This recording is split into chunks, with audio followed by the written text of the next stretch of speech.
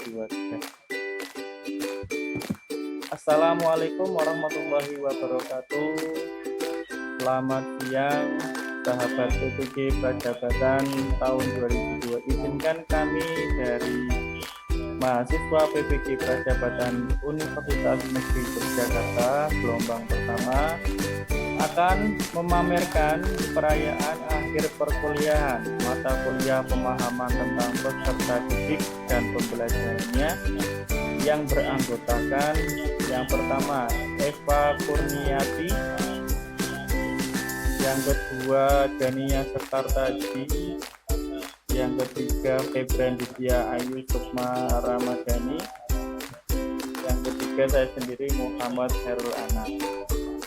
Oke, untuk menghemat waktu kita langsung saja untuk menjelaskan latar belakang yang kita ambil dari perayaan akhir perkuliahan pada Mbak Febranditya. Silakan, kami persilakan. Terima kasih atas waktunya. Di sini saya akan menjelaskan tentang latar belakang dari pameran perayaan akhir perkuliahan ini. Latar belakangnya yaitu guru profesional di angkatan 21 selayaknya harus memperhatikan karakteristik peserta didik, karena peserta didik saat ini memiliki karakteristik yang berbeda dari generasi sebelumnya. Hal ini disebabkan oleh perkembangan teknologi dan globalisasi. Oleh sebab itu, sebagai guru profesional, seharusnya kita memperhatikan karakteristik peserta didik. Nah, kami sudah melakukan aksi nyata, yaitu melakukan observasi saat BPL1. Saat BPL1 kami mendapatkan berbagai macam karakteristik peserta didik yang unik. Alasan kami melakukan observasi ini yaitu untuk mengetahui karakteristik peserta didik secara total. Setelah mengetahui karakteristik peserta didik, kami berusaha untuk menciptakan pembelajaran yang sesuai dengan temuan karakteristik tersebut. Nah, pembelajaran tersebut diwujudkan dan dilaksanakan. Kemudian kami merayakan pelaksanaan tersebut di akhir pembelajaran pada waktu ini. Sekian dari saya, bisa dilanjutkan untuk materi selanjutnya.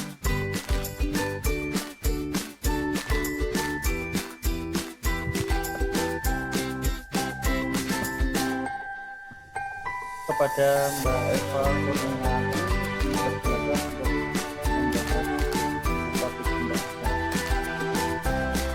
Baik, terima kasih atas kesempatan yang telah diberikan. Di sini di pameran perayaan akhir perkuliahan itu kami akan membahas tentang topik pembahasannya. Yang pertama itu ada identitas sekolah, di mana kami telah melakukan PPL1 dan praktik pembelajaran secara langsung untuk menganalisis karakteristik peserta didik. Lalu selanjutnya pembahasan mengenai analisis masalah yang kami temui di mana ketika kami berada di sekolah tersebut. Lalu ada solusi untuk mengatasi masalah tersebut, dan selanjutnya dapat menghasilkan sebuah output yang nanti juga akan direfleksi. Lalu kami akan membuat konten terkait masalah, lalu kami akan memberikan solusinya, dan yang selanjutnya ada kesimpulan, dan yang terakhir ada saran. Selanjutnya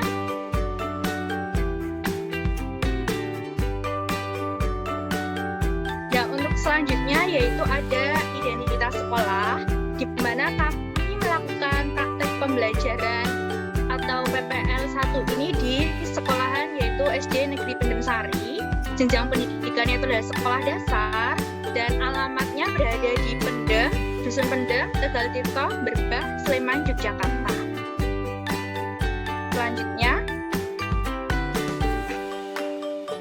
Selanjutnya ada beberapa masalah yang kami temui ketika kami melakukan praktik pembelajaran secara langsung di SD Negeri Pendem Sari dengan terkait karakteristik peserta didik. Ya, yang pertama itu analisis masalahnya, peserta didik kelas 1 itu memiliki karakteristik yang aktif dan sulit untuk fokus terhadap pembelajaran. Nah, peserta didik itu sering untuk keluar masuk ke toilet dan selalu mengajak teman ketika pergi ke toilet tersebut.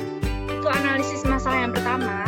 Yang kedua, masalahnya itu adalah terdapat peserta didik yang pasif pada saat kegiatan berdiskusi. Jadi pada saat kegiatan berdiskusi pembelajaran itu, peserta didik itu ada yang pasif, tidak mau untuk bergabung dengan temannya, tapi lebih menyendiri. Nah, selanjutnya yang ketiga itu terdapat masalah salah satu peserta didik yang mendominasi dalam berteman dengan teman sejawatnya. Nah, kalau yang tadi itu pasif, yang ini itu masalahnya adalah ada salah satu peserta didik itu yang mendominasi dalam berteman atau bergaul dengan teman sejawat, mau ketika pembelajaran berlangsung atau ketika berteman biasanya waktu istirahat. Nah, masalah yang keempat itu adalah peserta didik itu melakukan tindakan yang kurang mencerminkan sopan santun. Nah, yang kurang mencerminkan sopan santun itu contohnya ketika guru sedang menerangkan tetapi malah jalan-jalan, lalu juga ada yang ketika guru menerangkan lalu ngobrol dengan temannya, dan juga misal duduk juga kakinya juga kurang sopan, nggak di bawah. Nah, seperti itu. Itu masalah-masalah yang kami temui ketika pembelajaran di sekolah dan beberapa terkait karakteristik peserta didik yang beragam. Nah, selanjutnya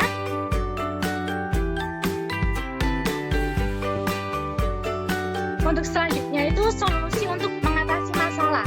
Ketika tadi kami sudah menemukan menganalisis adanya suatu masalah, maka di sini kami akan memberikan solusi untuk mengatasi masalah-masalah tersebut.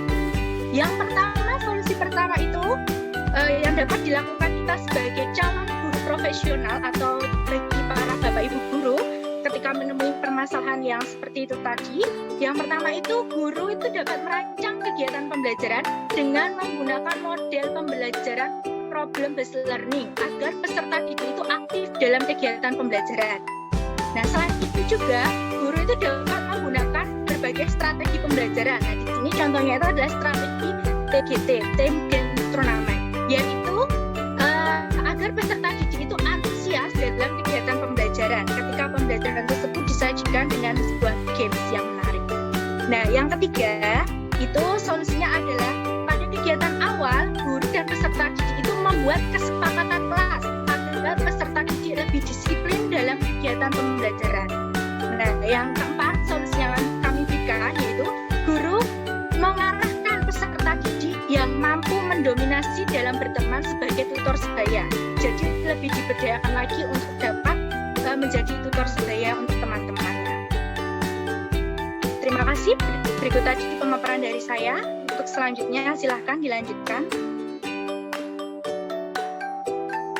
Untuk selanjutnya yaitu adalah membahas output. Output di sini adalah mutu belajar dan lain-lain yang akan dibahas oleh Mbak Dania Sekar tadi. Kepadanya dipersilakan.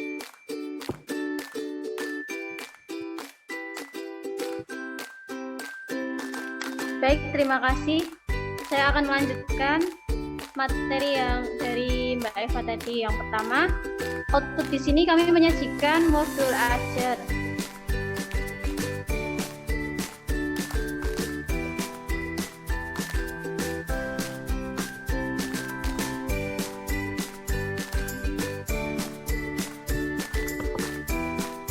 Modul ajar di sini itu materi pendidikan Pancasila, mata pelajaran pendidikan Pancasila, materinya adalah penerapan nilai-nilai Pancasila di lingkungan keluarga. Untuk pelaksanaannya masih di SD Negeri Penemsari. Kelasnya kelas 1 pada fase A. Tahun penyusunan itu tahun 2022, tahun pelajarannya 2023. Alokasi waktunya 1 kali pertemuan atau 2 kali 35 menit. Di sini tersaji kompetensi awal, yaitu peserta didik mampu mengenal simbol dan bunyi Pancasila. Profil pelajar Pancasila pun disajikan di dalamnya, yaitu ada mandiri, ada bernalar kritis, dan bergotong royong. Sarana dan prasarana yang digunakan, yang pertama itu ruang kelas, alat dan bahannya laptop, proyektor, speaker, alat tulis, papan tulis, benda yang berbentuk bangun datar, yaitu ada segitiga, persegi, dan lain-lain. Selanjutnya ada lembar kerja peserta didik atau LKPD. Yang terakhir lembar evaluasi untuk peserta didik. Target di sini adalah peserta didik tipikal atau umum, tidak ada kesulitan dalam mencerna dan memahami materi. Jumlah peserta didik di sini ada 15 orang, tidak berkebutuhan khusus. Model dan metode pembelajaran yang digunakan adalah PBL atau Problem Based Learning. Metodenya ceramah, diskusi, penugasan, dan tanya jawab. Untuk kompetensi inti, yang pertama ada capaian pembelajaran, yang kedua ada tujuan pembelajaran, ada pemahaman bermakna, pertanyaan pemantik, dan kegiatan pembelajaran. Selanjutnya untuk output media pembelajaran.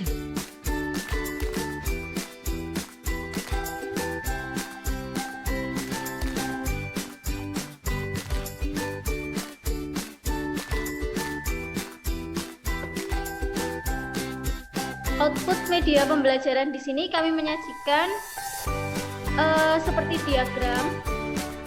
Media pembelajaran yang kami pilih tentunya sesuai dengan karakteristik peserta didik yang masih senang bermain. Dapat dilihat pada gambar ya, itu ada sila-sila Pancasila dan beserta simbol-simbolnya. Ada sila pertama yaitu bintang, sila kedua rantai emas, sila ketiga pohon beringin, sila keempat kepala banteng, yang terakhir adalah padi dan kapas. Selanjutnya untuk output LKPD atau lembar kegiatan peserta didik yang kami pilih itu berisi kegiatan menempel kartu-kartu gambar yang sesuai dengan nilai-nilai Pancasila. Jadi di sini kami menyajikan lembar kegiatan peserta didik. Di sini ada gambar dan simbolnya. Nanti peserta didik itu menyesuaikan antara gambar dan simbolnya. Sebagai contoh, simbol sila pertama. Simbolnya adalah bintang dan contoh penerapannya yaitu beribadah atau menjalankan sholat 5 waktu atau mengaji. Di situ sudah kami sediakan untuk gambarnya, jadi peserta didik itu tinggal menempel saja.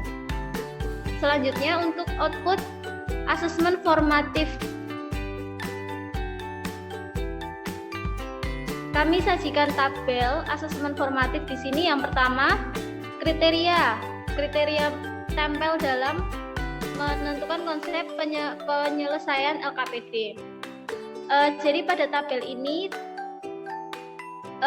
merupakan skor. Jadi di sini kita menyajikan asesmen formatif, yaitu ada kriteria dan ada skornya. Skor di sini kita buat skor 2 sampai 4. Skor 4 itu dinilai sangat baik, skor 3 itu dinilai baik, dan skor 2 itu dinilai cukup. Yang kedua, terampil dalam menyajikan LKPD. Diberi skor 4 itu apabila peserta didik mengerjakan dengan menggunakan cara yang lengkap dan jawaban yang benar semua. Pemberian skor 3 apabila peserta didik mengerjakan dengan menggunakan cara dan jawaban yang kurang lengkap. Diberikan skor 2 apabila peserta didik mengerjakan menggunakan cara dan jawaban yang tepat saja. Yang terakhir ada perlu pendampingan, itu apabila LKPD yang dikerjakan peserta didik itu tidak menggunakan cara dan jawaban dengan tepat. Yang ketiga, dalam hal mempresentasikan, kami akan menilai peserta didik apabila peserta didik itu terlihat tidak ragu dan suara dapat didengar di seluruh ruangan kelas. Itu kami akan memberi skor 4, yaitu sangat baik. Dan apabila peserta didik itu terlihat ragu dan suara kurang terdengar, kami akan memberi skor 3. Yang selanjutnya memerlukan bantuan guru dan suara kurang terdengar. Di situ kami akan memberikan skor 2, yaitu cukup. Yang terakhir ada pendampingan, perlu pendampingan dari guru itu apabila peserta didik tidak menunjukkan kepercayaan diri dan suaranya tidak terdengar sampai belakang tempat peserta didik yang lain duduk. Selanjutnya akan disampaikan, monggo Pak Anam. Terima kasih. Untuk selanjutnya adalah video konten. Dan sebelumnya ini ada foto-foto pembelajaran yang telah dilakukan oleh salah satu rekan mahasiswa kami terkait dengan TGT, insiden turnamen. Artinya dalam gambar tersebut menjelaskan bahwa satu kelas dibagi menjadi 2 kelompok yang besar. Nanti masing-masing kelompok akan berlomba menempelkan simbol-simbol yang sudah disiapkan sesuai dengan sila-silanya. Lanjut kita akan membahas tentang hal yang dipelajari pada langkah-langkah refleksi. Oke, yang pertama adalah menganalisis dari sebelumnya. Sebelum kita ke refleksi, refleksi ini ditujukan dari seluruh rangkaian kegiatan pembelajaran dari mulai mulai belajar sampai dengan kegiatan siswa yang dimana siswa melakukan lembar evaluasi. Ini nanti akan direfleksi. Yang pertama adalah menganalisis dan mengamati karakteristik peserta didik. Kemudian mengetahui berbagai macam karakteristik peserta didik. Yang kelima, kemudian merancang pembelajaran sesuai dengan karakteristik peserta didik dan menerapkan pembelajaran yang sesuai dengan karakteristik peserta didik. Selanjutnya adalah perkenalkan, nama saya Febrecia Anusmarani. Saya Dania Sukartaji. Saya Eva Kurniati. Kami di sini akan menyampaikan tips tentang masalah-masalah yang ada di kelas ketika pembelajaran sedang berlangsung. Mari kita simak video berikut ini. Salam guru profesional. Hai teman-teman PPG, bagaimana pelaksanaan PPL 1-nya? Pasti sangat berkesan ya. PPL 1 kita di salah satu sekolah dasar negeri ini sangat berkesan, memberikan kita banyak pengalaman dan pembelajaran. Namun, di balik kelancaran itu semua, tentunya ada masalah yang dihadapi, terutama kepada peserta didik. Ketika praktik mengajar, kami menemukan beberapa masalah yang terjadi di dalam kelas. Terlihat pada video, peserta didik sibuk dengan mainannya, asyik berbicara dengan temannya, izin ke kamar mandi, jalan ke sana kemari,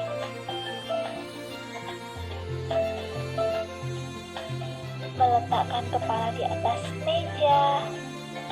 Dan ada pula peserta didik yang terlihat pasif ketika sedang berdiskusi dengan satu kelompoknya. Wah, ternyata banyak sekali ya permasalahan yang ada di dalam kelas. Yuk, kita simak tips berikut ini. Berikut ini tips tentang mengatasi peserta didik ketika tidak berposisi dalam kelas.